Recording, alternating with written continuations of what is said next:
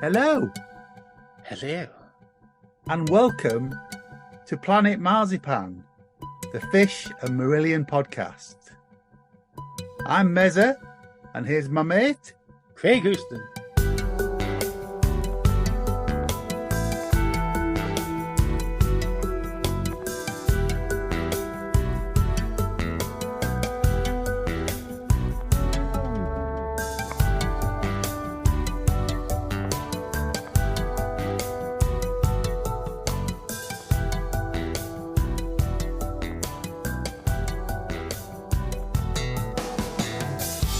Hello, welcome to Planet Marzipan. I'm Mezza, I'm here with my good friend, Craig! Burpy Craig. Yes, I'm full of gas. Just done a massive belch before we started recording. Such a gentleman. No. We have some guests. We welcome back Grae Tennick. Evening, how you doing? Hi, good, thanks, you. Yep, doing well. And we welcome back Mikey K. Evening, guys. Hello, you okay? Oh, I'm good. Yourself?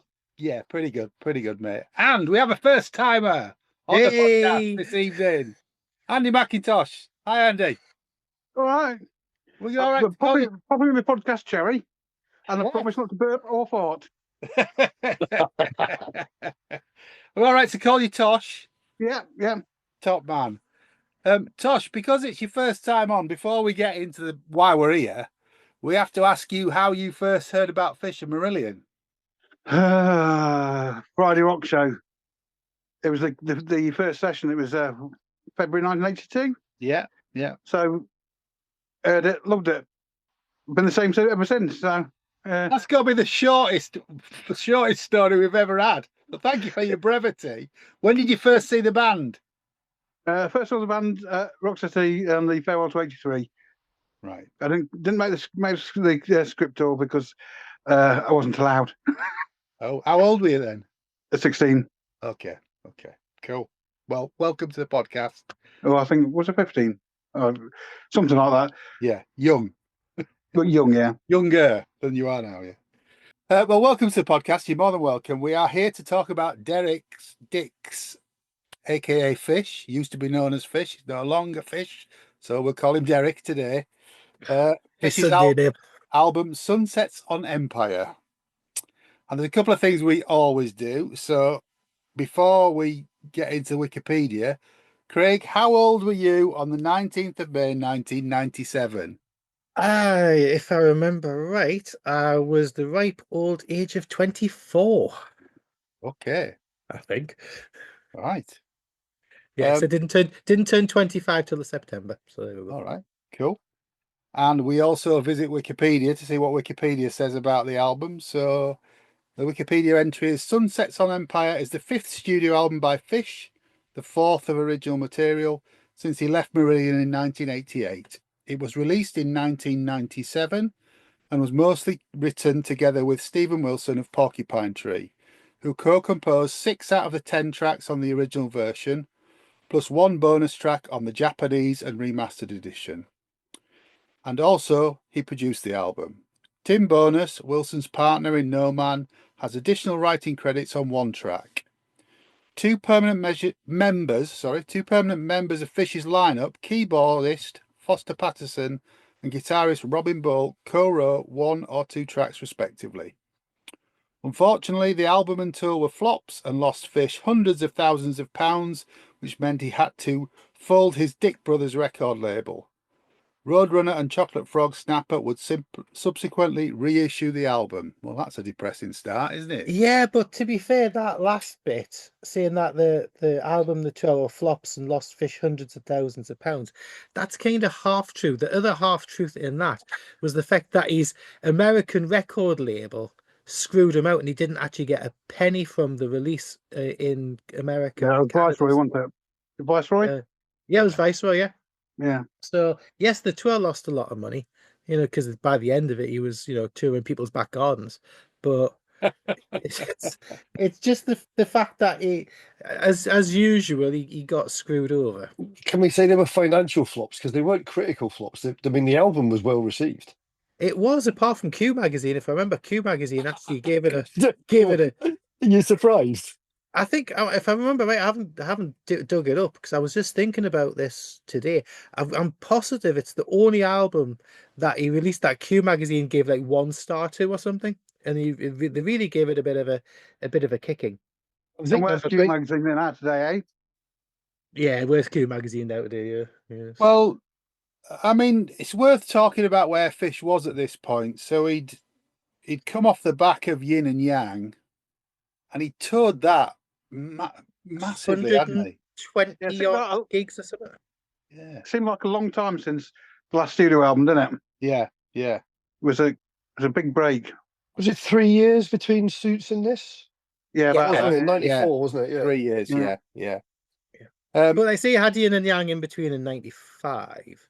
And Well, then he the again 66 another one of his cunning plans. He expected Yin and Yang to break him in areas that he'd never been before, and it just didn't work. It did to a degree, but there was too long a follow-up between Yin and Yang, and then in the new album. But again, it broke him into a couple of territories, small numbers, but he just couldn't follow through because he didn't have the finances to.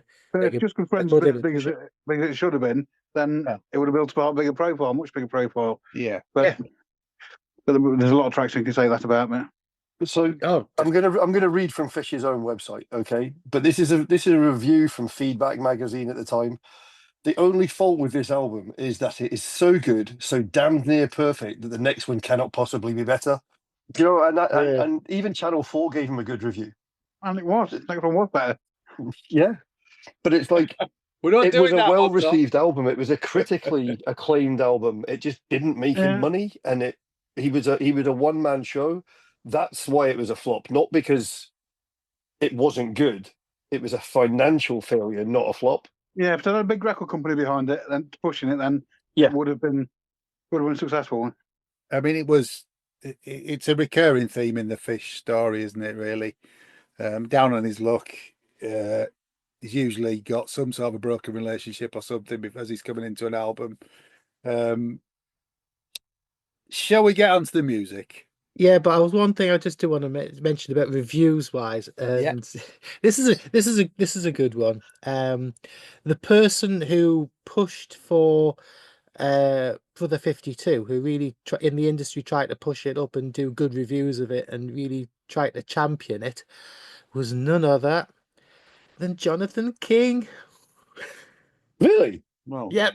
he's not somebody Yes. you want on your side, is he? Really? Back then he was a Not name. these days, He was but- a name in the thing, but he really pushed for the 52, and it was his single of the week when he did all his music industry stuff back then. Oh, right, okay.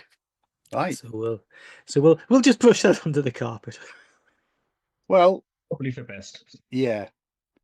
Track 1, Perception of Johnny Punter. You know, I think we should at this point. I think you should sing the intro, Craig. Well, I think we should Go do on. a bit like H spoken word, shouldn't we, for this? Off you go then. You know, where shall I begin? Will I go for the Beginning. American? The American? No, don't do the American release. Oh, yeah, just another wake up. It's Did you got, listen it's got a right? swear word in it. Don't use that. Yeah, I think if we actually did the spoken word version of the Starter Perception of Johnny Punter, we'd be pulled off the air faster than anyone wanted. I think you've let everyone down there, Craig. You've built up to this and then you've not delivered. I don't. Read I it don't out, think you man. could do it. Read it out. You'd get cancelled. What? I'm not getting cancelled. Just another What do you think of the song? spooky piece of white trash. Just another Somebody tell me what they living think on of the the planet. music. I think it was an amazing start to an album. I think it's got that. It builds just that, like the guitar riff that starts off slow, starts off fairly quiet, gets bigger and bigger and louder and harsher. And the lyrics are the same. He starts off with that spoken word piece, kind of spoken singing type piece, just before it kicks in, and then it's off.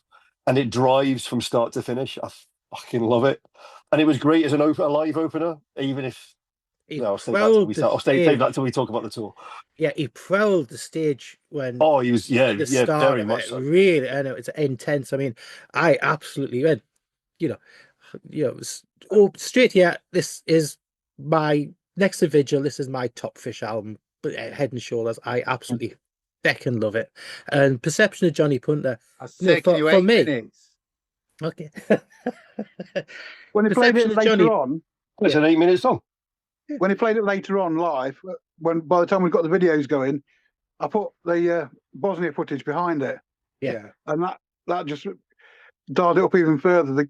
That killer guitar, Bosnia footage, and Fish prowling up and down. It's a stunning opener. It really is. It is, and I think it's one of the examples. I'd love to do. It's really weird. So the Marillion and Fish stuff. I'd love to do a collection of war-related songs.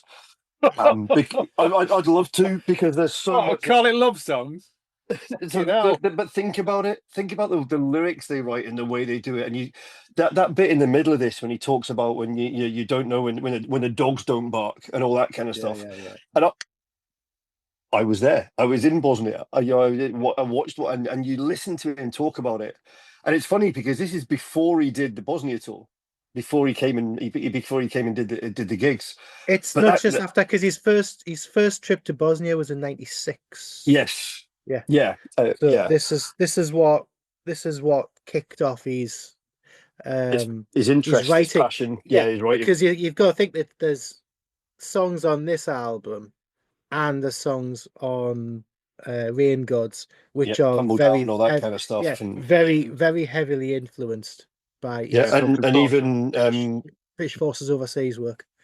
and it's brilliant. And for those who know the stories behind the lyrics, it's so well told. Yeah, Mikey, what do you think of it? It's absolutely wonderful, isn't it? I was going over Fisher's essay in the remaster booklet earlier on, and Took you all day, I bet. Yeah, pretty much. Did your glasses work as well? It's so small. Some of the pages were a little bit tricksy still. Yeah, you did electron I had to put microscope. like 2 pairs of glasses on top of each other. But one of the things that I picked up on was when him and Steve Wilson got together, they tried to find some common ground musically.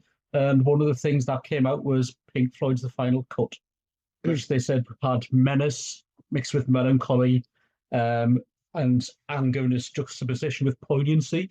And I think you get that in this album, but probably more so on the first track. I love the relentless groove to it, the loops going on. It just drags you in, like Graham says, and it just takes you somewhere else. And I have to say, is it Lorna Bannon who does the backing vocals, those breathy vocals that are going in all the way? Absolutely stunning. It's a stunning piece of work. And as with Craig, this is probably my favourite Fish album after Vigil. I think coherently, as an album, it works just as well. Tosh, what do you think of it? I think it's from start to finish. It's absolutely. I can't pick a fault with it. It's a perfect opener. It's just got loads of guitar in it as well. yeah. Yeah, I think it's got a great live sound to it. This track in particular, you know, it always works live. I did play the original, which has got that. Is it Q sound effect? Yes, Yeah. got CD. the original CD. Yeah, I did actually find it. The soundscape was a little bit broader than the remaster and gave it a bit more room. I may be dreaming that, but it felt. I love Q sound. Go off on a tangent here, but Amused to Death is also Q sound. Yeah. And that's the same. And the things like the bit about the Timberwolves where the sledges, you can actually hear it going across the front of you from behind you on the left to in front of you on the right, and you can actually hear. You can do that with Q sound, and it does sound really good. And that's like Johnny Punter as well. It's got bits like that. What's everyone's view on the opening then? So in the interview disc, he talks about trying to be as blunt as Lenny Bruce, which is what the intro is all about. Do you take it for that at face value, or yes, it's for shock. It's for shock value. No. It's to get the point across. It's also to make you focus. It's to make you understand on the harshness of the story he's telling. Yeah, Because that's why the American getting doesn't work. yes, exactly. Yeah. And it's also why they needed to hear the beginning, because they're the people that use a lot of those terms more than us. But it was done for a purpose, and that purpose worked, because the first time I heard it, I was like, "Oh, that's a bit." But then you listen to the lyrics, you listen to the story of the song. It makes you focus, because you wonder why it's done that. And even now, I mean, what we're talking 20, 28 years later, Yeah. 28 years later, it still has a kick. Oh yeah. Yeah. Yeah. It's a good opener, definitely. It Yeah. does set the tone for the album, though. What dark? Oh yes. Dark. Dark. Yeah. When I mean, the song like this is usually a bit heavy for me, but I absolutely love it because it's just driving.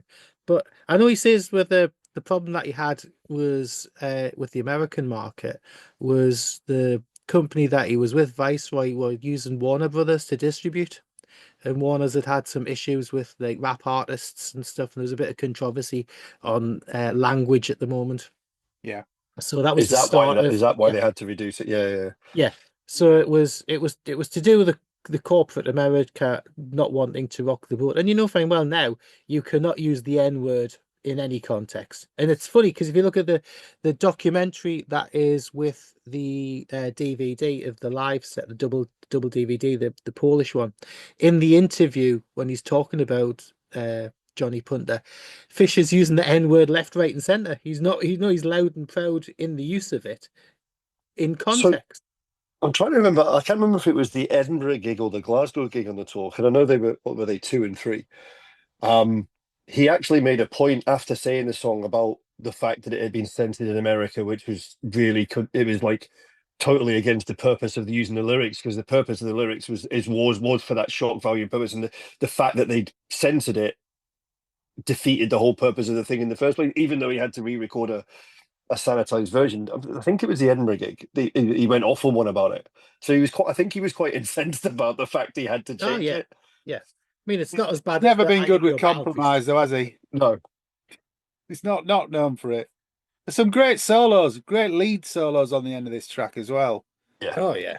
I presume it's Frank. I mean, Stephen Wilson credited as lead on this as well, but could be either. But anyway, a great opener. Track 2, Goldfish and Clowns. Possibly his best single that never was. Yeah, the I third think single.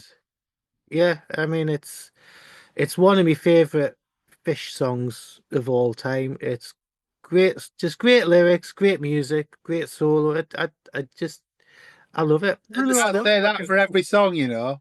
And I can. But I mean, the story behind it's quite sad because he's talked about it on numerous occasions where he had a moment on tour with somebody that was that he met just on the night, and there was nothing sexual and stuff there, but they had a connection, and he's replayed the story through song, and because he was away from home, away from the wife, and there was something there, but he didn't take advantage of it. He used a different name in the song. Margaret was Stephen Wilson's girlfriend, wasn't it, at the time? Yeah. Oh, was it? Yeah. Yeah. Yeah, that could be something completely different. Share alike. Fish, yeah, I think Fish did say once that he falls in love with falling in love, doesn't he? He's one of those. He's always fishing. Chase and Miss Pretty, it's all you've got to say. Graham, what do you think of it? I love it. I think it's, like Craig says, it's the best single that ever was. It's got that kind of poppy element to it, but it's also got a bit of a sort of groove and a drive to it that it's a great song. And so he's at his best when he's telling stories. He really is, and he does that I mean, it's one of the reasons he's one of my favorite lyricists of all time, is the fact that ability to weave a tale that drags you in. And this album is one of his best examples of doing it. There's bits of it that I don't like. We'll come to that later, but yeah, I love it. Got some great Foss keyboard on it as well. Yes. Not something you say very often, is it? That No, no. But it's one of the better tracks he's played. Mikey? Yeah, I pretty much agree with Craig and Graham. For me, it should have been the first single. My thought is that the 52 shouldn't have been a single at all, but we'll get to that. Wow. But yeah, That's going to be a fun chart in the single.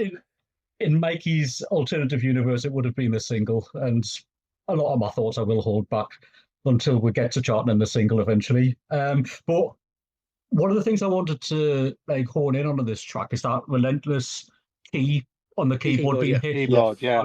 It kind of reminds me of the Bell in High Hopes by Pink Floyd. Yeah. You know, just the relentlessness of it, just not the sound of it, just the way you've got that constantly going on in the background. It's just there, you know, all the time, and it just sends shivers. You know, I think it's haunting, that note. I don't know what it is about it, but it's the entire song is just genius. I love it. Yeah. I disagree with most of what you've just said then, guys. Oh, It's not the great Lost Fish single. Brother 52 should have been the first single. The keyboard thing is not on a par with High Hopes at all, because High Hopes, the bell sets the rhythm of the song. It's quite annoying, the keyboard part in this. Yeah, it's not great. Craig, do you want a new partner? Sorry? Craig, do you want a new partner? No. I'm not going to call a turd brilliant if it's a turd. It's far from a turd. It's not great. Oh. There are other things on here that are far better than it. Oh, yes. It's not the wonderful track you've just painted it to be, in my book. But the singles aren't always they're not ever the best tracks on the album, are they? Really? No, they're a different thing. As a single, I think it's got something. I don't think there's anything wrong with the two singles pulled off this album, but we'll talk about that because it's Change of Heart next, which was the second single. Yeah, I think this is a weaker song than Goldfish and Clowns. I think I agree. It's a more commercial single, and you know the lyrics are a little bit twee on it, but I think it's a solid single, and I think it's a solid track, and quite happily sing along to it. Thank you very much. By far from one of my favorite tracks on the album. I mean, it's only short, and was it 3 minutes 40 or something? So it's proper single length. Yeah, it's the first one with Robin as well, isn't it? The first one written with Robin. Yeah. If I was going to make it a 40-minute album, this is one of the songs I would drop. Okay. Mikey? Love it. I think it's got a almost Beatles-esque sound to it. Actually, take that back. It's got a Harrison sound to it, I think. I think for me, I don't think the lyrics are twee at all. I think it's one of these wear your heart on your sleeve numbers where he's basically said, I changed my mind about walking out and I'm sorry if I did it, kind of thing. But I think it's quite heartbreaking in a light way. I think it should have been a single, and obviously it was. It was the second. I think after the first two tracks, I think you needed something a little bit lighter in tone, and certainly with what's coming after it. But no, I think it's amazing. I really do. Tosh? I don't like it really. I don't hate it. It's all right as part of the album, but it's not. Yeah, there's too many songs that it's done that are of that caliber, that ilk, and it's not one of the better ones. Yeah. Okay. I think I agree with Mikey. I think it's brilliant. I think it's a great lyric. It's actually got a melody to it, which you can't particularly say about the first two tracks. I think the chorus, it's just a change of heart. That's all it is. I think he's trying to play it down. I think he's trying to be blasé with his partner, whoever he's talking to. But it's because the next line is, I'm just falling apart. As a matter of fact, that's all it is. I think it's a brilliant lyric. He doesn't do enough of this for me. It's far and away better than Goldfish and Clowns in my book. So I think the lyric is stronger than the song for me. But as Mikey says, there's the Harrison's a good sort of good comparison for the middle eight. As a Springtide Shift, the Sands, that section. Yeah, definitely. It's really Beatley. But anyway, we're not going to agree much on this album. We'll carry on with What Colour Is God? Best track on the album. Go on, Tosh, go for it. I just love it. It's just something different. I know some people don't like the, if you want to call it rappy sort of stuff. But I think it's always done spoken words stuff, and It's got a great groove to it. Yeah. It's really got a great groove to it. He's always done character lyrics as well. Yeah. I mean, this one, I think, and not exactly Grimace, but I know we talked about the rap bit where he does the island patois in it. Yeah, a bit, yeah. That's a little bit cookie. Here you are as a Scottish guy trying to kind of not. I don't think it's cultural. I don't think it's cultural appropriation. It's still there on the demo, though, isn't it? So he had that idea at the off, and he's stuck with it. Yeah, the idea is out of it. Unfortunately, but I'm quite surprised that they didn't look at it and go, "Could this be misappropriated? Is it worth getting somebody in to do this piece instead of himself?" But I think he wanted to just do it himself, and it's cheaper. Cheap, man. It's not exactly something you could really do on live. Sorry? It wasn't a cheaply put together album. Oh dear. No, but it's cheaper than getting someone else in to do a rap. Doing it himself. But I mean, I think the whole concept thing of it, the What Colour Is God, it's somebody in the middle of a war. Brilliant lyric. Right. Brilliant. Yeah, lyrically wise, it's a really strong lyric. And I do like the song. I really do like the song. Grae? I love it. I think it's brilliant. If it's got one feeling, it says "What colour is God" too often. It's one of those. There's bits of it where he's. Sorry, that's the chorus. Yeah, I know, but that is. It's like, but that's it. And it just there's bits. There's times when I listen to it and I go, "Yes, it's fucking awesome," and there's times I listen to it and go, "We've run out of ideas." No, but do you not think it's the character in there, his desperation that he's keeps repeating it? That's I do. Why yes. I mean, overall, it's one of my favourite songs from the album. Mikey? I think the premise of the song, the way it's delivered, it's one of my favourite songs of the album. It's really powerful. And I don't know if it's the Poland live show or if it's the one that's on the disc 3 of this or something where he explains the reasoning behind the song and the fact that he doesn't care. It's like, who says he's white? Who says he's got a white man with a beard and all that kind of stuff. It's powerful. Yep. And this song, I mean, when we said right at the start, this album's dark. And this is one of those lyrics, it forces you to consider things. It forces you to think. And it's all the better for it. Mikey? Fish at his best, for me, is Dark and Angry Fish. And he kind of 50% gets it there for me with this one. There's some absolutely wonderful droning sounds, keyboard sounds in this. And the percussion is epic. But that bit where he turns into Baron Samedi from Live and Let Die, I can do without. I don't know. It was just a step too far for me, that. And I know he's done the character thing before, and later in his career he goes all Red Indian and blah blah blah blah blah blah blah. Sorry. It's just I don't know. It should have been all hit, and it wasn't all hit for me. And I think if you took that bit out and played around with it, and I do agree with Graham, I think the repetition of the What Colour in God just tends to get onto the tedious side.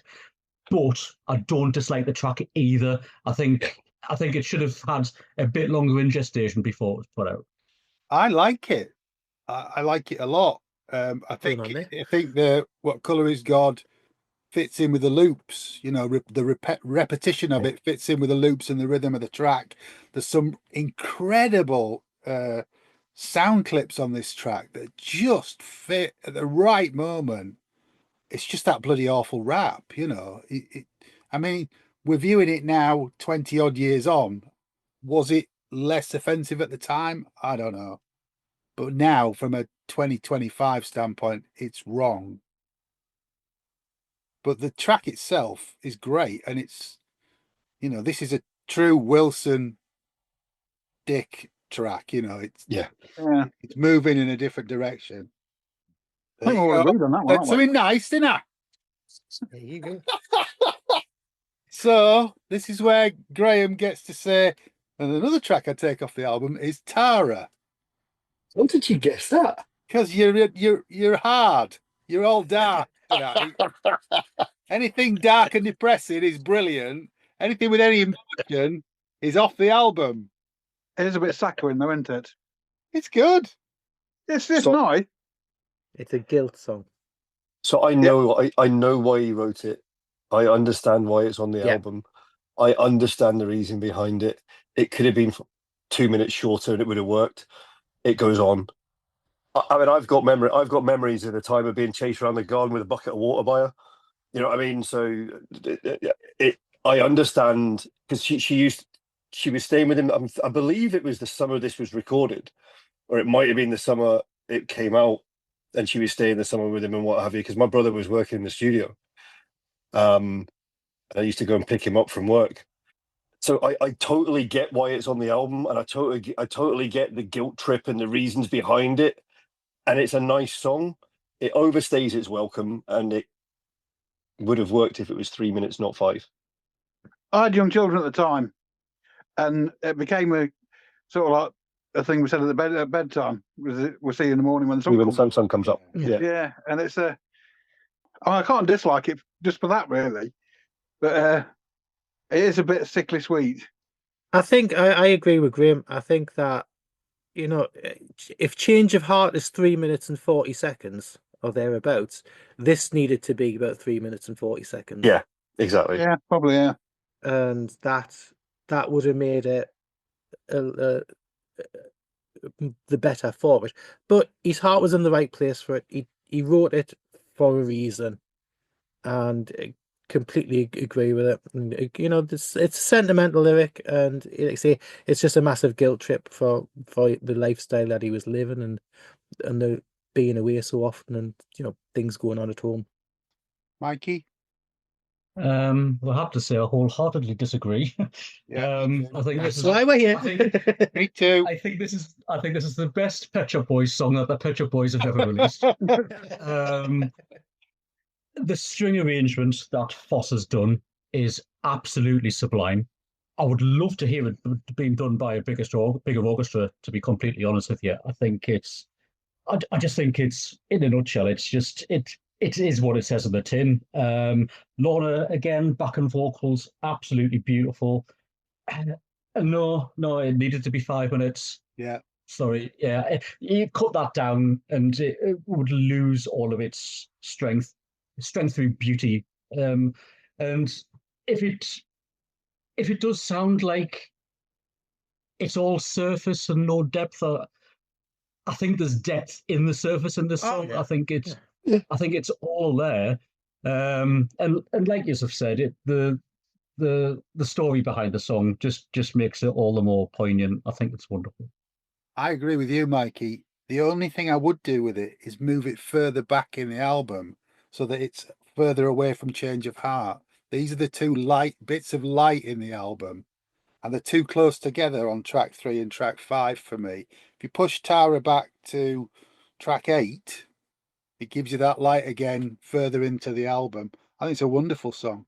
It makes You know the what, middle of that the album might work. really dark, though, doesn't it? Sorry? If you do that, it makes the middle of the album really dark. Well, the album is really dark. Yeah, But but you can't get away from it with what's on it. But I hadn't thought about that, Mezza, but that might make a difference to my opinion of the song, because I think it could be the fact that being so close to Change Your Heart and so I mean, stuck between what color it's God and what come next. It's just such a juxtaposition. It's kind of no.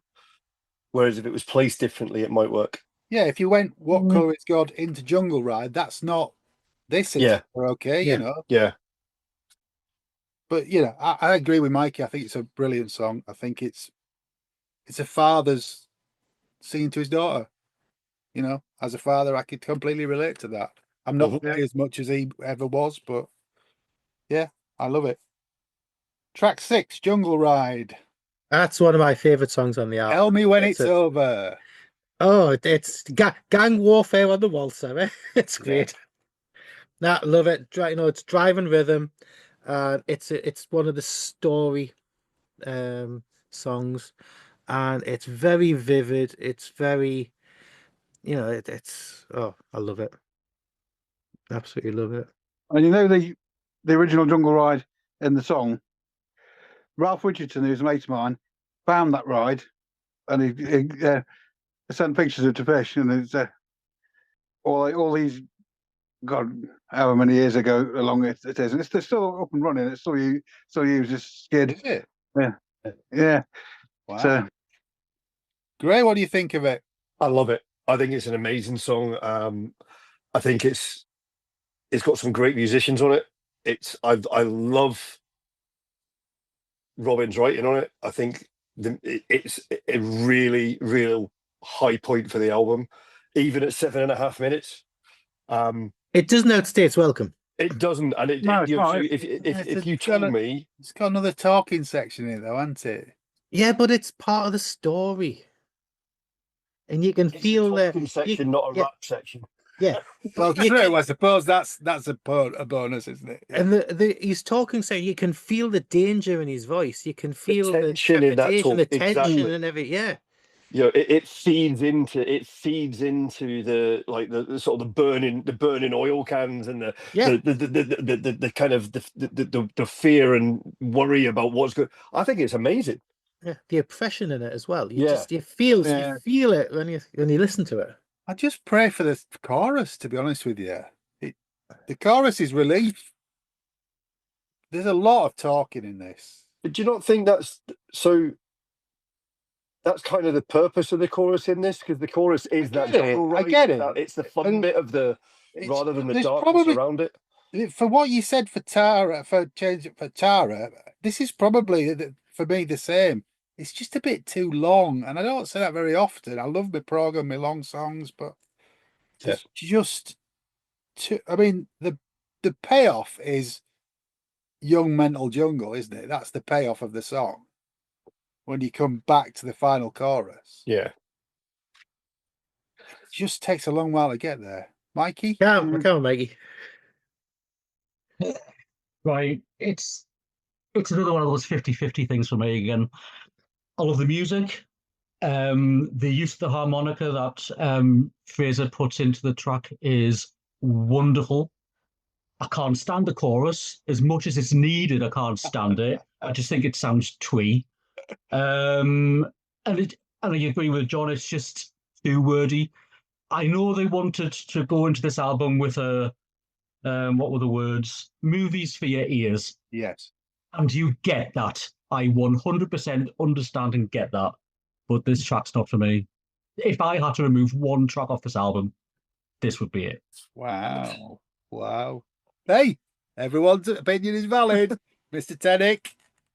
Some are more valid than others. Just because you're related to Mr. Houston, all of a sudden, you just. I also have to say one of the things I love about this is Martin Bennett's involvement, with the violin, the fiddle. Yeah.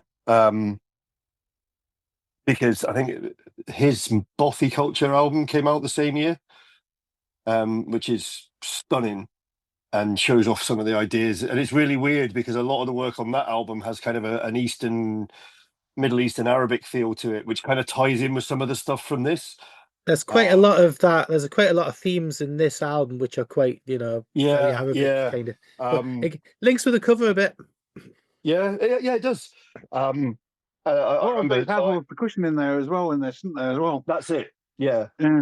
Yeah, and I remember picking Martin up from the Funny Farm and taking him home after one of his sessions for his own album around about this period. And he just had so much fun doing it as well. He loved the fact that he was able to contribute because he was using Fish's studio for his album to do some of the work for his Bothy Culture album and stuff as well. So yeah, being a huge folk fan, having him involved in this, and obviously the track number 8 when it comes round is fucking brilliant. Okay, on we go. Track 7, Worm in a Bottle. This is one of those Fish autobiographical songs about his career. A bit, he's the worm in the bottle. He's the, it's after a gig, it's the come down. Yeah. I really like it. I think it's got it. It's I don't skip it. Like none of the songs on this album I skip. This song tends to get a bad rap. I don't know why. I know a lot of people that would say they could do without it. I love, see when the bass drops and he goes, you get that, and he goes, dum dum. The power behind it is phenomenal. It's not what I would normally consider a Fish song. A lot of this album is very different to. I don't really know how I would describe a Fish song anyway. Actually, when you come to think about it, but a lot of this album's full of contrast and full of things, ideas that it was that like movies in song and all that kind of stuff. It's like every story is different and every type of song on this is different. And this one, it's all about the groove and the drive. Yeah. I love the sleazy keyboards on this as well. I Yeah, think they're really exactly. It's all that kind of. It's all about the kind of getting the movement going, and it's just so good. And the lyrics are brilliant. The lyrics The are all lyrics about are change again, though, aren't they? Yeah, Lyrics are all about wanting to change. I think that's What do where you there's a theme running through it, the album. But What do you think of the music, Tosh? I like it. I don't know what I can say. That's not what I've been said about it. It's not one I'd skip. It's a one I always. Okay, we'll go with you liking it. We'll go with you liking it. Mikey, what do you think of it? I think it's absolutely wonderful. Wow. This to me is probably my. It's is it my favorite track on the album? Quite possibly. It's very close to Johnny Punter for me. It kind of gives me the same feels as what Tongues does when I hear him sing that. When he sings with conviction and he means every single word. And in some ways, there's like a groove to it that Marillion kind of did with Quartz in later years. yeah. I'm not saying it's the same thing. I'm not saying it's the same thing in the slightest, but it's the feeling in the lyrics with that as well. The and vibes. Yeah, definitely. And I suppose being the worm in the bottle isn't just about the whole drinking things. When he says, like, I'm not going to let this happen to me again, kind of thing. Throughout his solo career, he's come against pitfalls and stuff, and he's like, not again. It'll be all right in the morning. And I think some of us have all been there as well. You wake up, with your head blacken in the morning after one too many. You just think, oh, never again. Not going to make that mistake again. And of course, we all do. And I think he's saying more to it than just drinking here. Oh yeah. But anyway, I think it's wonderful. I think top notch stuff. Top notch. Yeah, I like it. I think you and Vernal is amazing on it. That bass. Oh, the bass line's oh, good. it's phenomenal. Fantastic, and Squeaky as well. That that sort of laid back rhythm at the end, and the way he just at the end just says "Happy Birthday" to me. It's brilliant. Yeah. It's not really like anything else on the album for me. This, and it's better for it. And I think one of the things that was not really mentioned, I think Squeaky back in the day as a young lad, he was such a find for Fish. I mean, he was solid as a drummer, because he started with him around about the yin and yang kind of time, wasn't it? The end Yeah, it was. Yeah, end of Suits, and then he was through for years. And he phenomenal drummer and a nice guy. Yeah. Well, him and Francis together were an incredibly tight rhythm section. They work well together. They're both young lads. Yeah. Because I mean, this they- was at tour-wise. This was when Steve Vancis first joined, isn't it? It's funny, you don't tend to think that Steve Vancis was around that long ago. You tend to think more of 13th Star and stuff like that, but you forget he was there back in the late 90s. Yeah. That's was Squeaky there before? Yeah, Squeaky was there. It wasn't the yin and yang show that he was there, wasn't it? Yeah. No, Vancis started on this tour, didn't he? And Well, yeah, we'll come on to that. Most of the band walking out after recording, but next track is the first single, and it's track 8, Brother 52.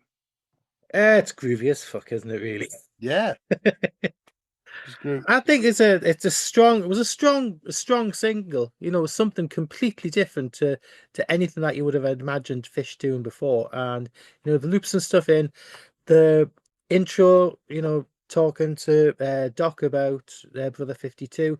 The story of it. You know, it's quite a controversial storyline about firearms and the government and stuff. Does it sit really well in the 21st century, the way that we know that America is and things? But I'm not judging anything. I'm not judging anything by the world right now. yes, no, yes. We world- should leave politics Up at the the end door. of last year. Yeah. Gray? I have to divorce. I have to divorce the sentiment of the song from the song. I love the music. I love the groove. I love the way it's performed. I detest the subject matter. Oh, okay. But that's probably because of. So without bringing it into today's politics, I totally disagree with the armed militia type stuff and all that. And like sort of It's basically domestic terrorism. yeah, and there's also as somebody who was armed by a government, for want of a better expression, for 25 years, that kind of thing puts the fear of God into me, and I really struggle with the sentiment. I love the song despite that. Yeah. Do you know what I mean? It's such a groove. It's the going back to Squeaky, the drumming, the way that, I mean, it's all forward leaning. It's all really groovy. You've got the really good fiddle section on it. Yeah. You've got tattoo. You know, it's biting lyrics. It's really, I love it as a song. I have to divorce it from the sentiment though. Okay. Yeah, I don't. Oh, sorry. I don't like the subject matter. The same as good. I wasn't on by our government or anything, but I just didn't like the subject matter. And I loved the song. I especially loved it live. Yeah. With Mickey playing it and the voice control on the keyboard and The keyboard, yeah. Yeah, because it was a mouthpiece thing, wasn't it, that he played with the keyboard? Yeah. Mikey? Yeah, it's a tough one, this one, because I love the song on the album. I've said before, I don't think it should have been a single, but my reasoning for that isn't because the song's rubbish. My reasoning for that is I think it was too brave a move to release as a single. It was never going to get airplay, not with that subject matter, and No. you know, not with the guy on the other end of the phone harping on all the way through it. You know, it's interesting, it's intriguing. Do I like the subject matter? Not particularly, but when you've got like that, like you said before, like the fiddle work on the go, the Hammond organ sounds are amazing. You know, and in context of the album, is it dark? Does it fit? Yes, it does, but I don't know. I could have. It needed honing in. I think he just pushed it just too far, and I think this is problem with Fish sometimes. Is he gets an idea in his head and he will not move away from getting that idea out. And sometimes I think it just gets lost in translation. He could probably tell you better in his head than what we're actually listening to in the end. I don't know. It just doesn't quite hit home for me. But musically, it's wonderful. I think that ties into things that we've said before on Fish albums, is the fact he could really have done with a producer. However, finding somebody who was strong enough a character to produce him would have been quite a challenge. Yeah, I mean, you're looking at like the last of the strong producers, like Chris Kimsey, you know, had gone after Vigil. Sorry, after Internal Exile. Yeah. I've got to say, Brother 52 is my go-to track off this album. Can I ask you why? Yeah, allowed. Why? Can I ask you why? Yeah. Because Very interestingly. Always brilliant live. It's a dark subject, but the music's not dark. It's not oppressive like Perception, like Sunsets, like Goldfish and Clowns. It's not oppressive like that. And it was different. It set the tone for the album, being the first single. I really like it. I really like it. I don't have all the knowledge of that you've got, Grae, about the subject matter, and it's better for it. not having, I probably is. because Yeah. I can just judge it as a song. Yeah. I like it live, but I like it much better live when Mickey's playing it. Yeah. Say that. Yeah. Okay. It was so lovely to have Mickey back. It really was. Yeah, yeah. Oh yeah. Track 9, title track, Sunsets on Empire.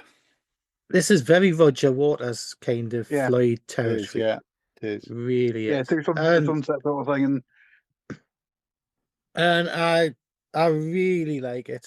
I really like it. It's almost like a classic Fish kind of song, and I think it's a shame that I think I've only ever seen it live once, and that was in '99 at the Haddington Convention when Stephen Wilson did it, because they didn't do it on this tour. They only actually played it live in Europe. In, was it '99? We had a look at this afternoon. Yeah, John? yeah. And it was, and I think the only reason they actually started playing it in '99 because they had Elizabeth on backing vocals, because they divided it on the main tour because there was no female backing vocals from Yeah. it. But I think it's great, absolutely fantastic. It's fantastic. It's lyrically it's fantastic. Musically it's fantastic. It's not quite as dark as the rest of. It's a little bit of a lift at the end, isn't it? It's the beginning of that lift at the end. Before you get thrown down again. Mikey? I think this is absolutely wonderful. Heartbreaking, it really is. One of the things that I love the most about it actually is the bit towards the end, because you've got this sort of like descending minor key thing going on, which makes it sound quite eerie and dissonant. Yeah, And definitely just not right. it's quite a lengthy end to it. I think it just hits all the right notes for me. It's wonderful. Grae? Should have been the last song on the album. I love it. It's a perfect. It's to me. It's the typical Fish era Marillion Fish solo final song on an album type vibe. It is absolutely stunning. The way it's got that build, the sentiment of the song, the instrumentation of it, everything about it is just right. I love it. And it should have been the end of the album. Okay. I agree with some of what you've all said. It's very Waters-like. Doesn't entirely grab me, if I'm honest. It's I don't get the things that you get out of it. I don't think it's a great ending to the album. Kind of tails off for me from here, but yeah, it doesn't do it for me. Sorry. Yeah, I think with this, and then to finish the album with Say It With Flowers, I think it's almost a little bit of a mirror to, not quite a Made Again after the Great Escape kind of thing, where you've got a little bit of, go to bed, it'll all be all right in the morning. Yeah. Yeah, but it doesn't. It isn't that, is it? No, it's not. Say With but Flowers, Can you read the opposite of that. Yeah. Yeah. Come on, then, Mikey. Put what you said. No, I was just saying. No, I wrote down in my notes. It's got a double ending, just like Brave, Yes, and yeah. we'll say it with Flowers. His Made Again. I know it's not the same thing, but it's you've got a track which is quite like it's like everything's ending, and then you've got this chance of hope on this like second ending. It's almost like Lord of the Rings. You've got multiple endings on the go, and it just depends on which one you want to finish the album off with. For me, I mean, Sunsets is obviously a Zippo waving concert moment for me, and it's a shame he didn't play it on the farewell tour. To be completely honest with you, because I think I would like to. I think his voice would have still fitted this. I think he could have sang it perfectly fine. Yeah, it would have been a good song for the final tour. Not on the same night as the Highwood and Waverley.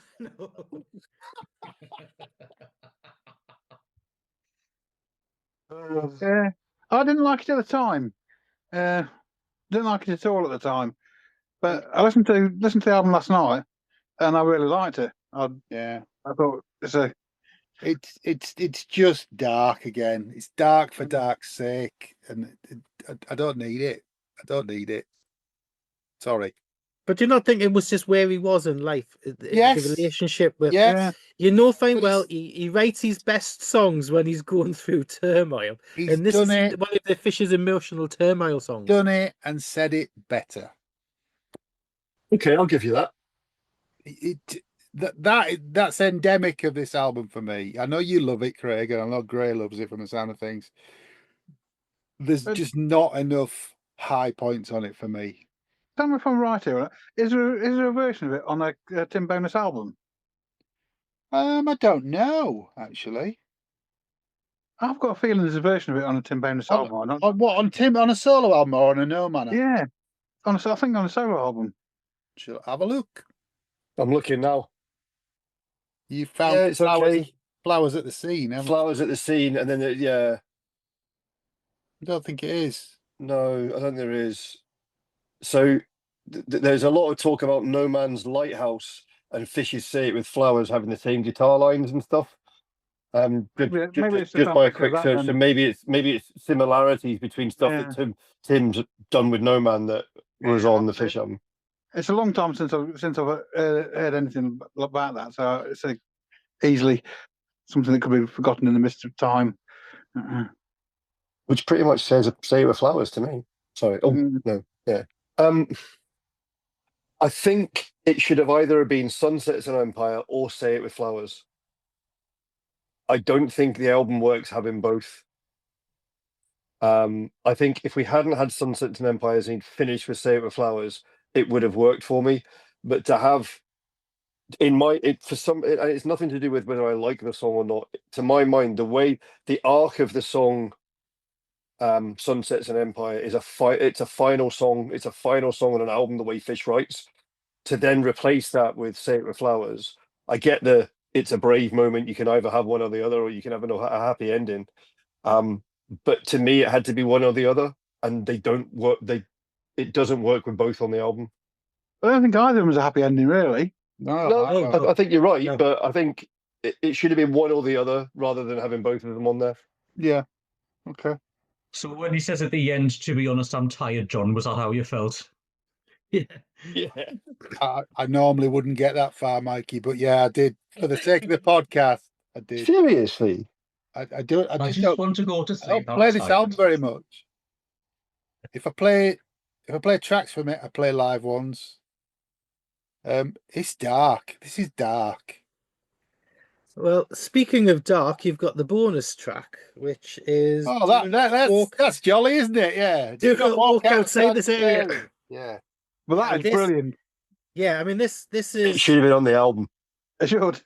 It should have been on the album. I'm sorry. To be fair, listening into it this afternoon, I actually seem to prefer the demo version to the actual studio version. Yeah, I think because it doesn't have all the female like extra backing vocals and things like that, and it's stripped down.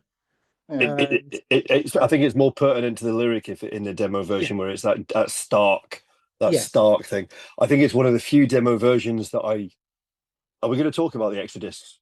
Yeah. You go right. Well, let's just talk about this first. I love the song. I agree with Craig that the demo version and the stripped backness of it suits the lyric more than the embellished production. Yeah, because it's another song that came out of his Bosnia trip. Yep.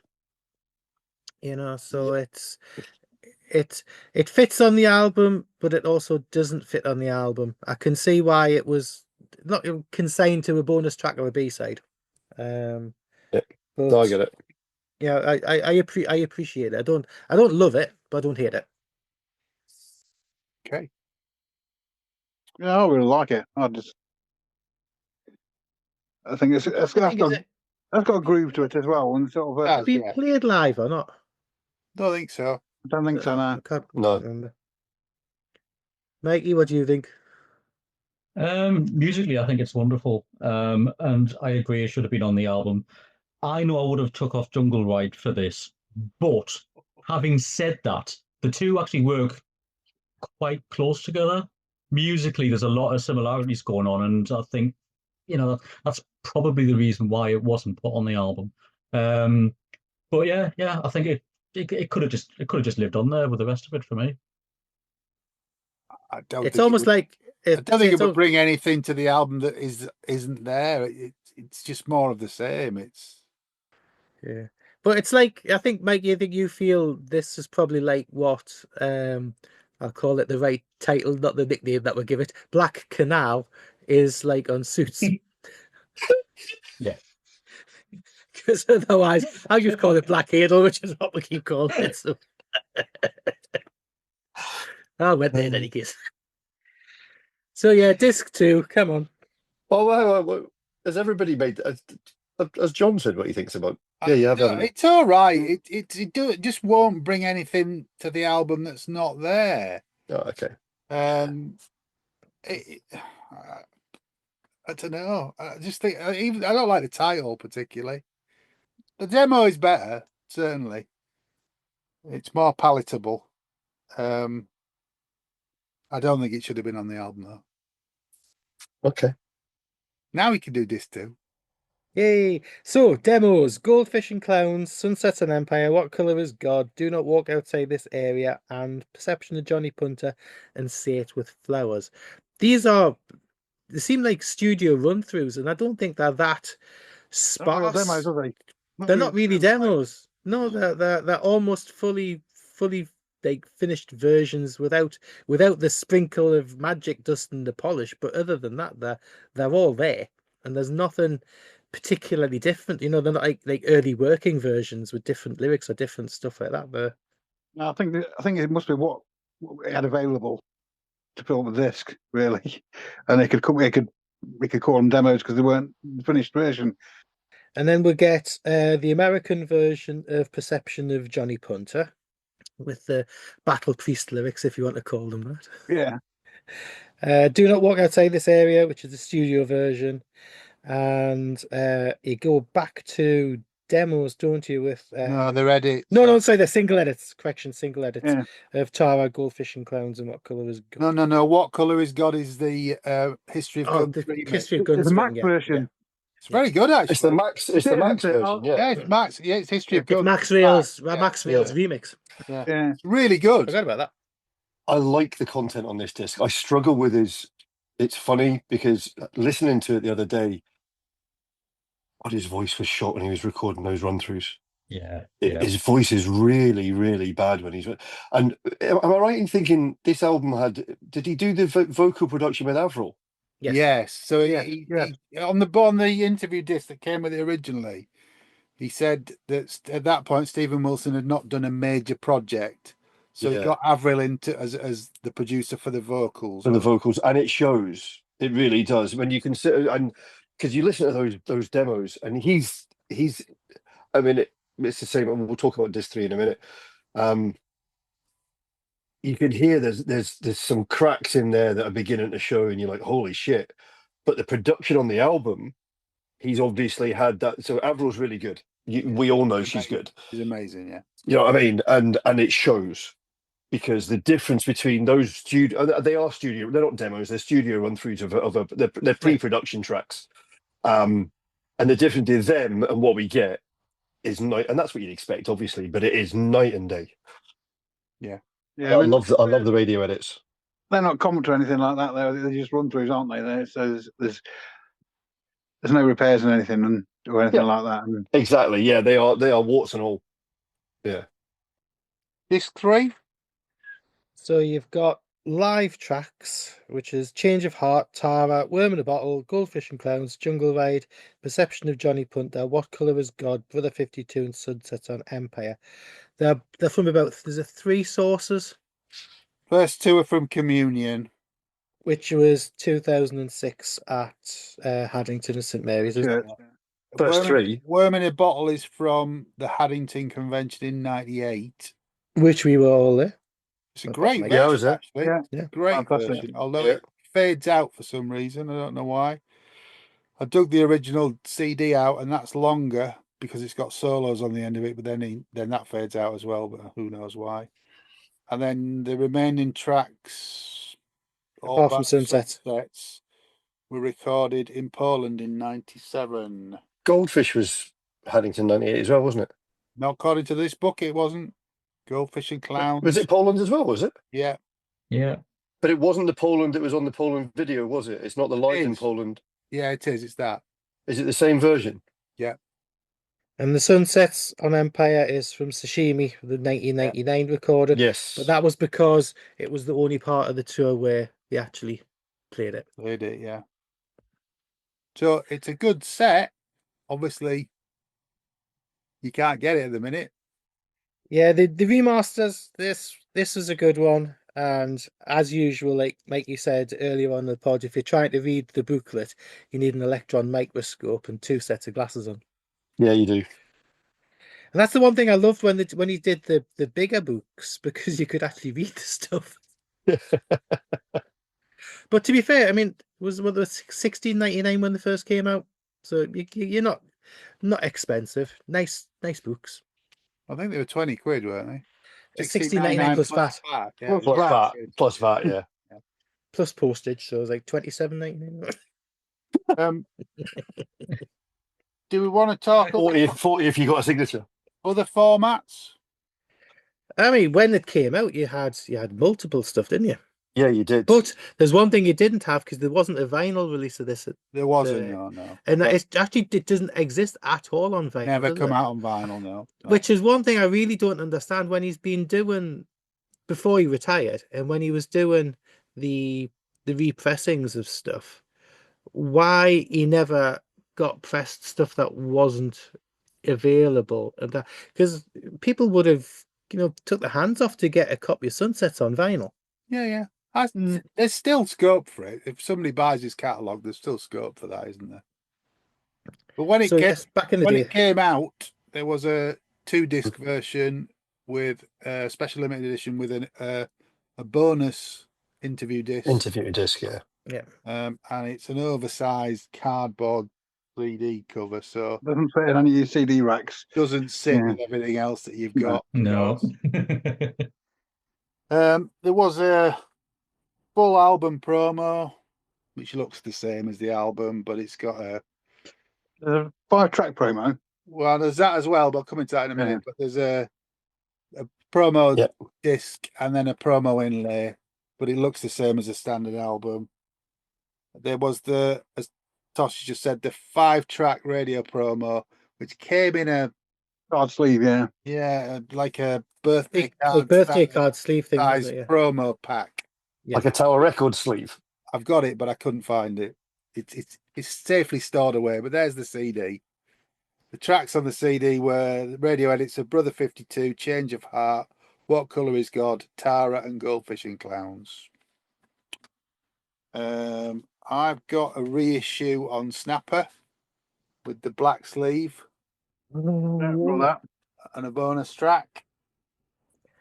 Wasn't there a reissue on Roadrunner? There is, yeah. I don't have that. It's the same as the Snapper one. Yeah. Oh, sorry. Hang on. I do have the Roadrunner one. It's the white sleeve. Yeah, it's a white sleeve one, yeah. But the Snapper comes in the black sleeve. And then obviously the singles that we've talked about, which we're not going to go into depth of because it's not charting the single, but 2 CDs for Brother 52 and a single disc for Change of Heart. Yep. Also, There was a picture disc for Brother 52. Yeah. There was, Yeah. yeah. But again, we'll talk about those on charting the single when we get to it. And Mr. Roy, we'll talk about him as well. Yeah, the remix, yeah. And the other notable release from this era is In Poland. Live in Poland 1997, which is a VHS, fantastic. Yeah, it was originally VHS, and then it got reissued into DVD back in 2002. So it was after the event. I think was it 98 or 99 it came out on VHS and then came out on DVD later on. But it is an absolutely cracking DVD set. So that was the TV show that he licensed from them, wasn't it? It was the Polish TV show, and he licensed it so that he could release it. Yeah. Yeah, it was filmed live outside in the piss and rain. Piss and rain, yeah. And it's Tales from the it's Big Bus an was excellent set. Tales from the Big Bus off this tour as well. It is, yeah. Mhm. The Big Bus and the Haddington 98, Haddington 98 or Yeah. 98 disc, yeah. which we'll not go into great detail on, but they're there. They're out there. Do you want to talk about the tour? Do you want to do the Talk track about- list? You want to do the track list of the Yeah, do the track list for DVD? the DVD then. So it's 2 discs. Disc 1, Perception of Johnny Punter, What Colour is God, Goldfish and Clowns, Mr. 1470, and there's a cracking version of Great 1470. Amazing version Really, of that song. Yeah. really good. Brother 52, Jungle Ride, and then you've got the medley. Now, I've never been a great fan of medleys. I'd rather have a song in full, but this medley's not too bad. It's Assassin, Credo, Tongues, Fugazi, and White Feather. Then he goes into Family Business, Cliche, Lucky, Internal Exile, The Company, Gentleman's Excuse Me, and then Lavender. And it's a very aggressive set, and it's very full on, and it's got a great energy to it. It really Yeah. yeah. Disc 2, the extras. You've got A Badger's Day, which is a half-an-hour documentary filmed backstage in Cole, and it's really good. It's a day in the life of the touring band, so you get to see them essentially from early afternoon, turning up to the venue, doing usual shenanigans, bit of playing around, through to the gig, and just a bit of the after gig, and it just shows you a day of the life of the tour. It's really, really good. And then you've got a 52-minute interview recorded in 2002 in the studio in Haddington, which he reflects on what happened on Sunsets, the lead up to the album, the recording the album, the tour and everything. And it's a really honest, eye-opening interview. And if you can get your bits on this DVD, it's well worth it. Really well worth it. Okay. Is it Robin on it? Yes. Yeah. So So he went through a few, touring went through a band few was guitarists, didn't he? sorry? Went through a few guitarists on this tour, didn't he? Yeah. He did indeed. Didn't Keith Keith Moore Moore- play this tour? Yeah, Keith Moore was when they first went out. Begin, yes. And then was replaced by JJ. JJ Bell. And then Robert. He was good, wasn't he? JJ Bell was a hell of a guitarist. He was, but I think in the booklet of the remaster, Fish reckons that he was struggling a lot with the material, and JJ himself would say that he's more of a funky player and he's more rhythm guitar rather than lead guitar. And So, I remember. I don't know which of them it was, but I remember my brother got a phone call to get into the studio to get some rushes together, because Fish had decided he was replacing the guitarist. I can't remember what show it was after. My brother got a phone call saying, "Look, you need to get some tracks together to get to the I think it was to JJ, so that he could replace him and say, look, you need to get it." Because I mean, did everybody go to the shows on the tour? Yeah. 'Cause I went to Glasgow and Edinburgh for, I think it was shows 2 and 3. 3 and 4. Yeah. 3 and 4. Yeah. 3 and 4, yeah. So I remember in the venue in Edinburgh, it's a cracking venue, and I love seeing Fish there because it's the ceiling's low enough that he can lean off it and be really menacing. So when he's doing Johnny Punter and he's doing the intro, he's hanging over the crowd and prowling and what have you. But the evils he was throwing the guitarist, honestly, he was so fucking hacked off with something not being right, and he was angry for the entire fucking gig for that. And that was from the start of Punter. And he to be honest with you, it probably fed into the gig because it made it really. I mean, it was a dark set anyway. Brilliant show. You know, when Fish has got his arse on about something, it can affect the whole gig. Can't hide it, can he? No. No. But I mean, this was a long tour. It was 122 dates. Yeah, because he toured this in the States as well, didn't he? I mean, it was quite an extensive I mean, tour. I'll rather than go through we'll go through the countries and what he did, because it says 122 dates, far too much to go through. But he played 29 in the UK, 21 in the States, 15 in Germany, 12 in Poland, 8 in the Netherlands, 7 in Canada, 7 in France, 6 in Italy, 3 in Switzerland, 3 in Denmark, 2 in Belgium, 2 in Sweden. He played Estonia, Spain, Finland, Ireland, Luxembourg, Norway, and Turkey as ones. So he got around. It was kind of a Hail Mary tour, though, wasn't it? It was like, I'm going to make my money on this, or it's going to kill me. And it nearly did. Yeah. And then they lost loads of money. Yeah. But it's funny because this tour kicked off at the Railway Tavern in Haddington. Bit of an odd place to start the tour. I mean, Yeah. I could have imagined the Corn Exchange. Yeah, but we saw it at the Riverside in Newcastle. Newcastle, a yeah. massive venue. The following night, he played Academy 3 in Manchester, which is the tiny room right at the top of the Academy. I saw it at the Riverside as well. Yeah, Yeah, Riverside was a cracking gig. I mean, we've great seen gig, it. but it was a It was shithole, the amazing, wasn't it? Riverside, wasn't it? Oh, Yeah. the original one, yeah. But he also, I'm just looking down the list, he played the Blackwood Miners Institute in Blackwood in Wales, which I've been to see public service broadcasting. That is tiny, absolutely tiny. I mean, he did say in the interviews that the tour kind of stumbled to a halt in December, and they were playing gigs that had been arranged by fans with no publicity, no promotion. He was playing sometimes to between 25 and 50 people, and it was costing them $2 to $3 grand a night to keep the show on the road. Yeah. And everything was just in the red, and it just had to stop. Yeah, I remember being really pissed off that I hadn't played Nottingham on the first leg. We had to go to Sheffield. Yeah, but he played the rig, didn't he? I came to the rig. That was after he'd been to America. He couldn't stand up in the rig, I could know. he? No, The ceiling in the rig was Did they so have jump- small, he played the gig bent over. Did they have jump supporting him as well then? Yeah. Because he's quite tall as well. I think at one point he stepped off the stage down Yeah. into the crowd so he could actually stand up. Yeah, but it's only a step into it. It's not a big stage. It's a No. because it is a cellar. But yeah, Leadmill gig. I had to sleep in the bus station after. I remember that. The Well, that'd be come and nice in Sheffield. Yeah, well, the police were doing the rounds and they picked me up and they took me to the police station and let me sleep at the police station. That's very good of them. Yeah. South Yorkshire Police, some of the Well, yeah. best in the country. It saved them having to deal with a stabbing victim, didn't it? Did you see any other gigs, Grae, or did you just do the ones? I did the Edinburgh, Glasgow ones, and then obviously the '98 convention, which wasn't part of the tour, but had some of the material on it. Yeah. Okay. And one of my favourite versions of Worm in a Bottle. Yeah.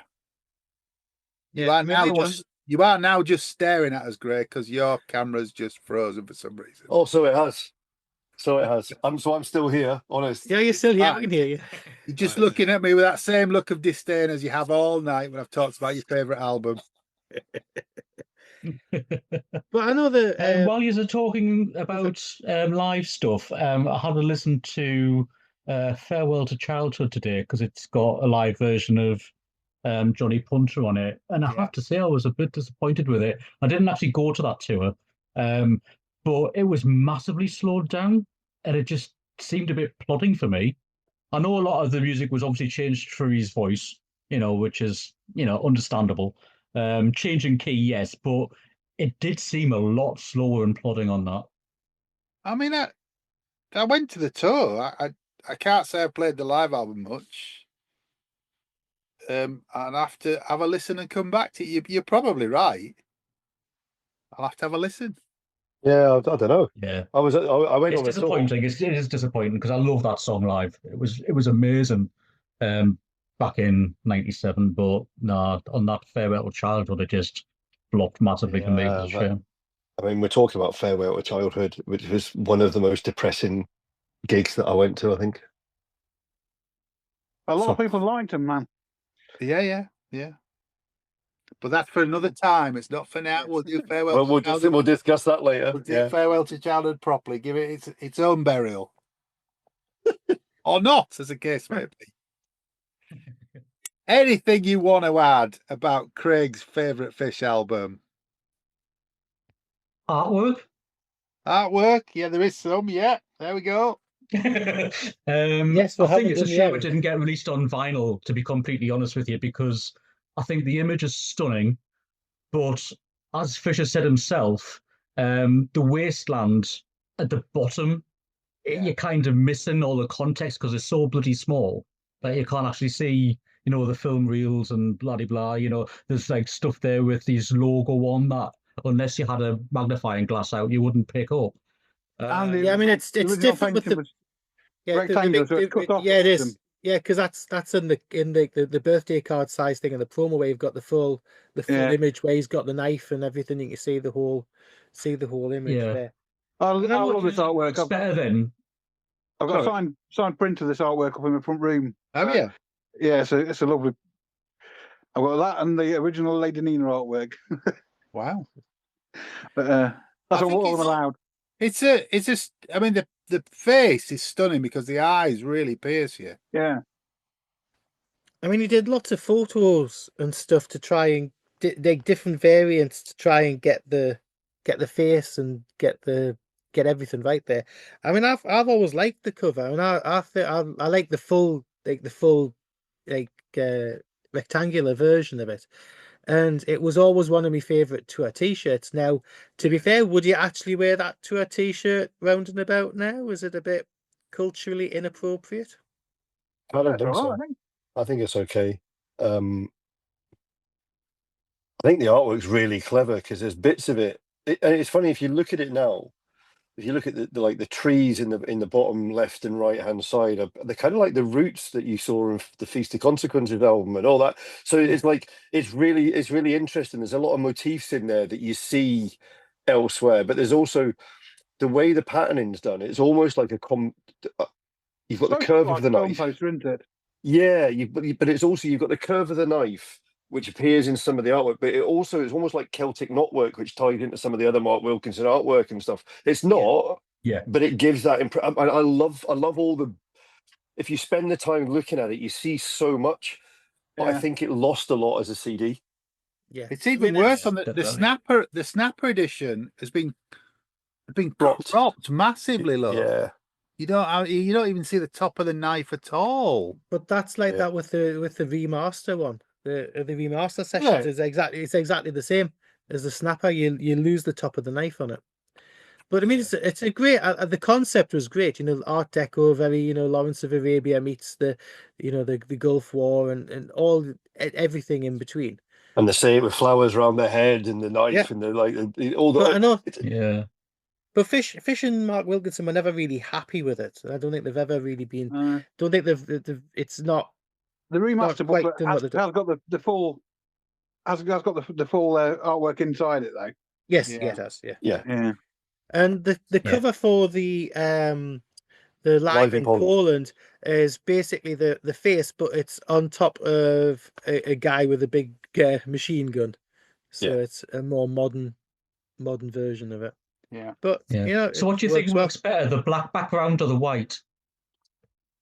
I think the black. I like would black. have been better. Yeah, Yeah, I think the black Yeah, looks better. yeah, I thought so.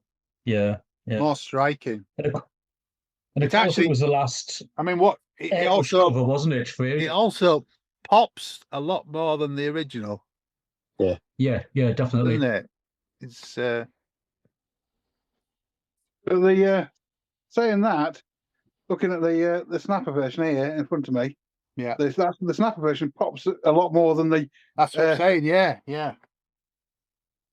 But I think it's helped Um, with the really vivid colours on the black background. It stands out more as well, doesn't it? Yeah. yeah, definitely. But it really, the artwork in that really deserved a 12-inch kind of vinyl, didn't it?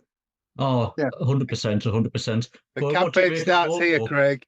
Yeah, but also it's a bit odd because the artwork for the album didn't carry through properly for the singles, whereas usually, They were photographs in on the singles. yeah, the mix of photographs and artwork, but then they don't fit the theme. Whereas the Goldfish and Clowns painting kind of fitted the theme with it, but Yeah, because Brother 52 was the tattoo needle, wasn't it? It is, In the yeah. black Yeah. and the negative. Strange one, isn't it? He's and normally it was also the first time when he actually changed the logo, so there isn't the traditional fish logo in it. yeah, He very felt, true. he felt it didn't fit with the style of artwork. But then he didn't like it afterwards and went back. Yeah. Yeah. Changed his mind. But I went to an oval Not like version, it. didn't Yeah, he went to an oval fish instead of the round one after that, didn't he? he? Yeah. So, Sunsets on Empire. Genius or bollocks? Genius or bollocks? Genius, there you go, sorted. Graham? Genius. Genius. Tosh was genius. Mikey? Genius, yeah. Is genius. Okay. All right then. All that Come on, come on. Come on, then. You've got to give yours. it's as bollocks as he gets. This is why I like music and why I like this community, because people can be honest about what they like and what they don't and how they feel. Because It's as bollocks as he gets. I love. I'm just going to clip that clip of you saying it's as bollocks as it gets. No, it's as I'm gonna- bollocks as he gets, not as it Oh. gets, as he gets. So controversially, I far prefer Songs for the Mirror to this. Okay. That ain't a popular view. Absolutely. To every single day. To the end of the world and back, yes. Okay. I think the silence speaks volumes. It doesn't. It doesn't. It doesn't. It's a dark, depressing album. You've got to leave that silence in. You can't edit that out. I don't edit anything. He takes it out. So You know what? This Dark, is interesting. depressing interesting. album. Because what we're doing here now, when it comes to Feast of Consequences, I think there's going to be a big reversal going on between you and me. Well, not half of it, yeah. But you haven't even listened to it. Fun? So, what's your favourite song on the album then? Brother 52. What colour is God? Really dark. It is, but the music's not dark and oppressive. And that's so I get that. Yeah, okay, yeah. I mean, I'm not a massive fan of Amused. We've talked about Amused to Death. I'm not a massive fan of Amused to Death, if I'm honest. Really? No. It's the best album that Floyd didn't make. No, it's not. Yeah, it is. Radio Chaos is a better Waters album than that. There we go. I love Chaos, but I'm used to that even better. Radio Chaos is a brilliant album. And on that bombshell, Yeah. Anyway, so Sunsets on Empire. It's a bollocks from me. Just to be it's a different. genius for me. Yeah, genius from everybody else at the podcast. But what do you think about it? Well, we will tell you in a minute because we asked you online. Okay, well, you've heard what we think about Sunsets on Empire, and I think it's probably the worst that Craig and I have disagreed on an album so far. So that was interesting, wasn't it, folks? We're still talking. But we asked you back in, oh my God, when was it? April. What you thought of Sunsets on Empire. And thanks for your replies, because we got lots of replies as usual. And we're just going to give you some of the highlights now. But if we don't read out your comment, or if you're interested in other comments, they're all there on our Facebook group. But Rick Gay said, this was the first album to hook me into his solo material. Such a strong album, and a real shame it wasn't a commercial success at the time. I was recommended it by a fan at a Marillion gig on the Strange Engine tour in Glasgow. Stuart Chandler, cracking album, great production, some of my favourite solo songs. Goldfish and Clowns, Brother 52, Perception of Johnny Punter being standouts. Amazing artwork. I love it. Should have been a hit. Oh well. Yeah. Roger Wagner said, brilliant album. Remember back in the day, I felt so hooked by the intro and the sheer power of the Perception of Johnny Punter. Cracking song and album. Timeless music. Struggled at the time with the busy artwork. Now my favourite Fish artwork and an album promo poster is hanging on my wall. Andy King saw him at a small venue in Southsea on this tour, the Wedgwood Rooms. It was a great gig. Thinks that Stephen Wilson's a great talent on guitar on the album. However, he says it hasn't aged too well to his ears. His favourite tracks to now are Goldfish and Clowns and Brother 52. Hamish Mackenzie says, terrific record. Love the switch to heavier guitar tunings and drum loops after the first half of the 90s. Also, some of the strongest tracks of his career on there. Johnny Punter and the title track being personal favourites. I'll do Seamus. Go on. Go on, Seamus. Friend of the pod, friend of Craig. Seamus. Colgan. Lads, maybe it's a case of you had to have been there. I gave the album a good go, but sorry, it's not mine. The album starts great with the Perception of Johnny Punter. It's a really groovy, dirty blues number. I enjoyed the challenge, but unfortunately, nothing else holds a candle till the album kick off. I'm not too keen on his singing style on most of the tracks. Sorry. Don't have to apologise, mate. You don't have to apologise. I like that you've read that out, yeah. Mark Donald. I thought because you'd just be too smug. No. Mark Donald says, I loved it at the time and still do. I was going through a divorce at the time and also on a long 8-month deployment sailing to Australia and back with 2.5 months back in the UK during the middle of it. So away from my kids for a long time. So my interpretation of some of the songs is intrinsically linked with that part of my life. Darren Moore, another friend of the pod. I think the title Getting track yourself is into all sorts of trouble with this friend of the pod thing, you know. I know everybody's a friend of the pod. I think the title track is possibly my favourite Fish song ever. Wow. There you go. Okay. Simon Heldrick. I didn't listen to it at the time as I was taking a break from all the music that I loved, apparently. On listening to it since, it epitomizes the good and the bad about Fish. The good when he collaborates with someone who can match him, Stephen Wilson in this case, and creates music that isn't his normal style. The bad because it exposes how weak he can be when he's not challenged. Wow. I love this album. Until Weltschmerz, it was my favourite after the first two. I don't think there's a bad track on here. Some not as good as others, but a really consistent and enjoyable album. Yeah. And I'm going to do another friend of the pod here. Just Go on. Oh, this one's good. Paul Macmillan. That's why, friend of the pod. I see. Yeah, I see what you've done there. Yeah. He knows what I've done. Hello, Paul. This is a personal favourite of mine and an album that I thought should have had more commercial success than it did. There's a polished yet raw feel to this album that grips your attention and the production is very crisp. In my opinion, it was a true return to form and gets the genius vote from me. Cool. Andy Bliss, who's actually flagged on this post as a rising contributor. Well, congratulations on that, Andy. It's a great album featuring many of my favourite Fish tracks. I love Perception, Goldfish and Sunsets. Not so keen on Jungle Ride, and I can't remember right now how Worm in a Bottle goes. So that one can't have made an impression. The legendary Mark McCormack from Marco's Marillion Museum. My favourite... You're getting it in. My favourite Fish album. I was astounded by the new sound back in the day. Loved the heavier sound instantly. A huge change from the previous album suits. All the co-written Wilson songs would be my favourites. It's such a shame that the collaboration couldn't have gone on longer than it did. I know Stephen said that the writing process with Fish took up a lot of time, which didn't really work for him, with his finger being in so many musical pies. Right. Guy Vickers says, saw the tour 3 times, once with Keith Moore, once with JJ Bell, and once with Robin Bolt on guitar. Yeah, remember that was the Spinal Tap guitarist phase, wasn't it? All 3 are represented on the various radio broadcasts from the tour, which made for a varied sound palette across the shows. Unless I'm mistaken, this was the last tour with Mickey Simmons until his Farewell to the Isles tour. Yeah. And then it says, Nathan, ? Nathan?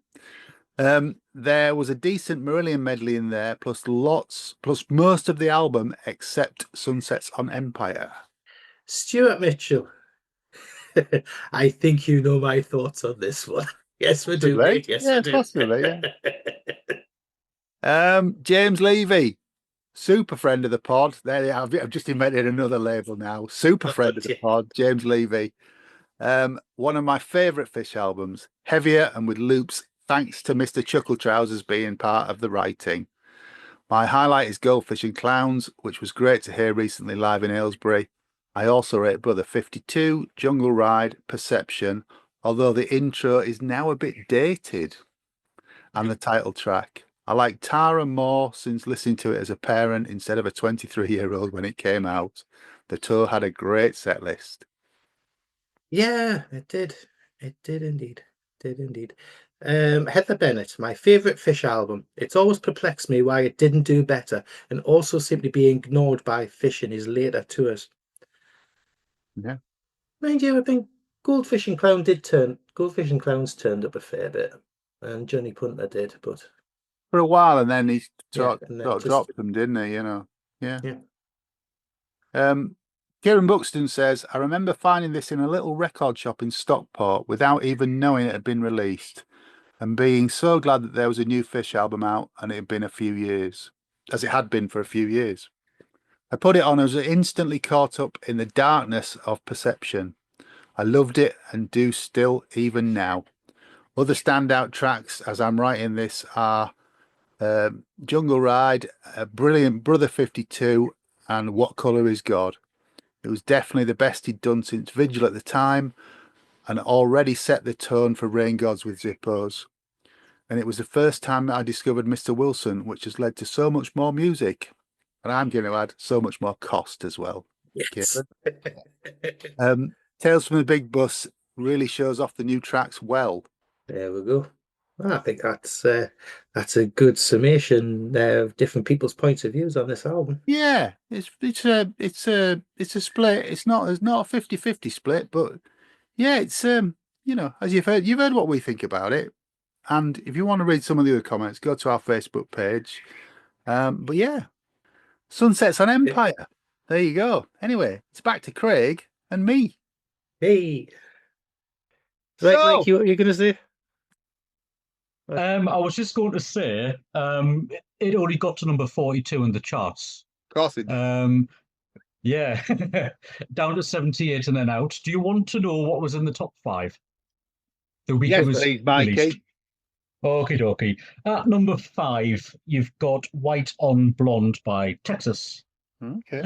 At number 4, the self-titled debut from Republica. At number 3, Flaming Pie, Paul McCartney. I love that album. Yeah, it was great. At number 2, Spice from Spice Girls. Yeah, that's not. And in at my collection. number 1, Blood on the Dance Floor, Michael Jackson. Okay. Wow. Well, Well, he wasn't going to compete with any of them, was he? No. Sorry, Tosh. Didn't stand up. Well, the album's chart. The indie albums chart. He doesn't have that. Oh, I don't do that. He's a pop boy. Mikey's a pop boy. Yeah, it must have got reasonably high in the indie albums chart. I would think Would've. so. Yeah. It'll have done better than 42, that's for sure. Yeah, well, yeah. Anyhow, Sunsets on Empire, done. Craig has got a massive hard on, so we need to let him calm down before it's bedtime. I just want to thank Grae Tennick. Thanks for having me again. Thank you, mate. Andy McIntosh. Thank you very much. Thank you, sir. And Mikey K. Thanks for the invite again, boys. Don't be daft. You're more than welcome. Thank you to Craig Lobon Houston. Down, boy. Down. Down, boy. No. Thanks to Craig. He's been dying to do this episode for me. I have. And now he's spent. Look. Oh, All that remains to be said is it's good night from me. and it's good night from him. Take care. Go on, Mikey. You can do it this week. And stay alive. Hey. Thanks for listening to Planet Marzipan Podcast. Please like and subscribe from whichever platform you get your podcasts from. You can contact us at planetmarzipanpodcast@gmail.com and check out marillion.com, fishmusic.scot for all the good stuff.